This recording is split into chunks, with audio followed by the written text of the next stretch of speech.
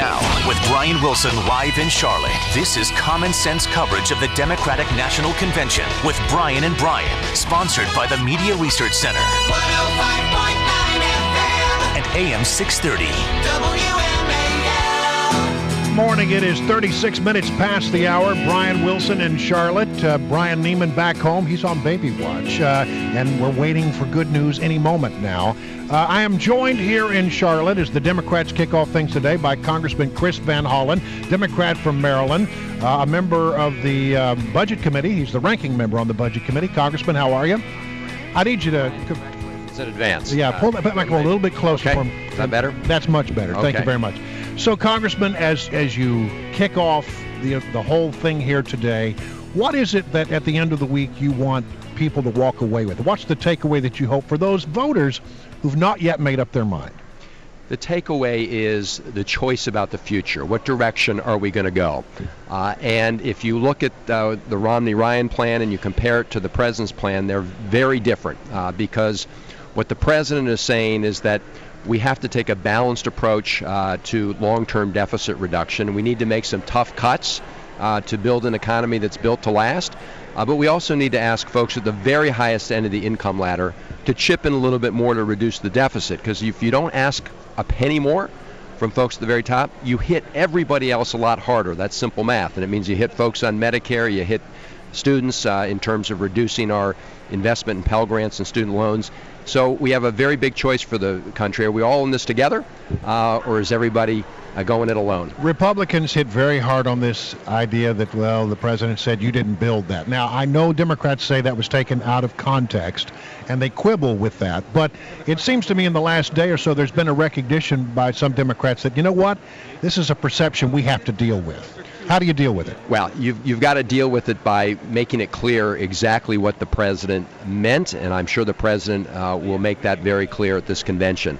The president has said over and over that the secret to our economic success has been based on two things. First of all, entrepreneurial free spirits, people who are innovative, people who are going out and making the economy work. But he's also made the point that we need to invest in our kids' education. We need to make sure we have infrastructure, roads, bridges, highways, also the infrastructure of the 21st century, which is also what has made the United States a great economic power. And if you don't have those important public investments, the United States would not have become the economic powerhouse we are. So it's our unique ability to allow free people to make their own way, but it's also combined with these very important national investments we've made. My colleague Brian Neiman is in D.C. has a question for you. Well, Congressman, you mentioned a balanced approach to the budget. I'm just curious, do we even know what the budget proposal is from the Democrats? And I'm curious as to when the budget would be balanced under a Democratic control. I mean, what is your sense of when you could actually have a balanced budget, and how important do you think that is? Well, first of all, the president has submitted a budget to the Congress. He presented a long-term deficit plan a year ago in September. He presented again as part of his budget submission to the Congress. As I said, it takes this balanced approach. It combines lots of tough cuts, but it combines that with asking folks at the very top to chip in more. And the reality is, if you look at the president's budget over the 10-year window, it significantly reduces the deficit. And the key factor here is as a percent of the economy. In other words, if you can make sure that your government spending is lower as a percent than the growth of the economy, then you stabilize it. And that's what the president has done in his budget. Congressman, when Congress passes a law and it gets signed into law by a president, it becomes the law of the land.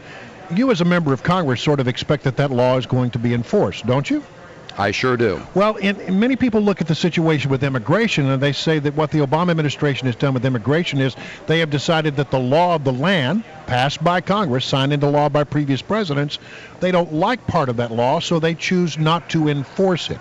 What do you say to people that say the current immigration policies of the Obama administration basically are ignoring the laws that are on the books? They're not ignoring the laws. What the president has done and what he said is that when you've got the resources of law enforcement, you should prioritize the people who are absolutely the worst offenders. So if you're not only here illegally and undocumented, but if you've also violated the laws of the United States, let's prioritize those people. Let's not prioritize the kid who was brought here when they were 2 years old, who has graduated from high school with a diploma and done very well, because just like everything in life, you've got to target your resources. The Immigration Service doesn't have unlimited resources, so if you have to choose between going after a guy who's been a lawbreaker or a gang member or someone who has graduated at the top of their class, you should go after the lawbreakers. And to those members of the Border Patrol who filed suit saying, well,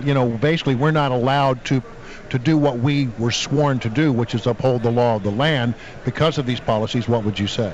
Well, I'd say that's not the case because, again, they were sworn to make sure that we go after the immigration abuse, and when you've got limited resources, I would think they would agree that we should go after the really bad guys first. And what the president has said, he's just said temporarily, until we can bring more resources to bear or until we have comprehensive immigration reform, let's focus on the really bad actors. But if that's so easy to do, why not just pass the law? Why not work with Marco Rubio and actually get it into law so it's there and people can, follow what the law actually says instead of working around it? Well, again, what the president has said, just like any executive has the right to do, is here's how we're going to use our limited resources. So he is using limited resources to implement the law by targeting and focusing on the very worst offenders. That seems to be common sense. Now, in terms of working with Rubio, listen, this is kind of a crazy argument the Republicans make. The House of Representatives passed, when the Democrats were in control, the DREAM Act, okay, which would allow these kids who'd come here 1 or 2 years old through no fault of their own to be able to become legal here, The Republicans in the Senate voted against it. Almost every Republican in the House except for a few voted against it. So they have voted against the DREAM Act, and now they're turning around and saying, oh, why don't you work with us, Mr. President, to pass the DREAM Act? They've just shown, and Mitt Romney, he said he'd veto the bill. So, I mean, this is kind of a strange argument I hear from the other side. You are playing Joe Biden in the mock debate. Or it's like Paul Ryan. Paul Ryan for Joe Biden. I'm sorry, excuse me. You're playing Paul Ryan for Joe Biden in the mock debate. Have you started that process yet? Well, we've had a preliminary get-together, but we haven't gotten to the full swing of things yet. So when does that happen? I mean, just in the timing of things. Well, it will begin in earnest after the convention, and then, of course, in the immediate lead up to the debates. And based on your initial meeting, how you feel that's going to go? Well, look, the vice president is very familiar with all these issues. He's familiar with the budget issues because he was in the Congress, but even more recently, of course, he headed what was called the Biden Group that tried to get people together to focus on that. Of course, he has a long time interest and focus on national security and foreign affairs. So, look, I know how Paul Ryan presents these arguments, so I hope I can be of some use to the vice president in that regard. There's also been a little bit of a controversy from Governor O'Malley, who said that when asked, are we better off than we were 4 years ago, he initially said no, and then later changed his answer to say, well, yes, we are better off, but we still have but we still got a lot of work to do because we're still digging ourselves out of what the Bush administration. At some point, do you have to take ownership of where we are in the economy? Yeah, and Brian, two things. First of all, we do need to remember that we were in free fall. I mean, that was just a reality. And we do need to remember that the president acted quickly through the recovery bill and rescuing the auto industry, and we stopped the free fall and turned the corner. But I agree that the question for this convention is what's next? What are the choices before us?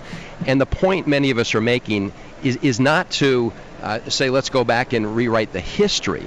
The point is, if you listen to Romney and Ryan, their plan for the future is no different than the policies that got us into the mess. So this is a focus on the future, and I don't think people are going to want to adopt the same recipe that ended up blowing up in our face and tanking the economy. We'll leave it there. Congressman Van Hollen, thanks very much for your time.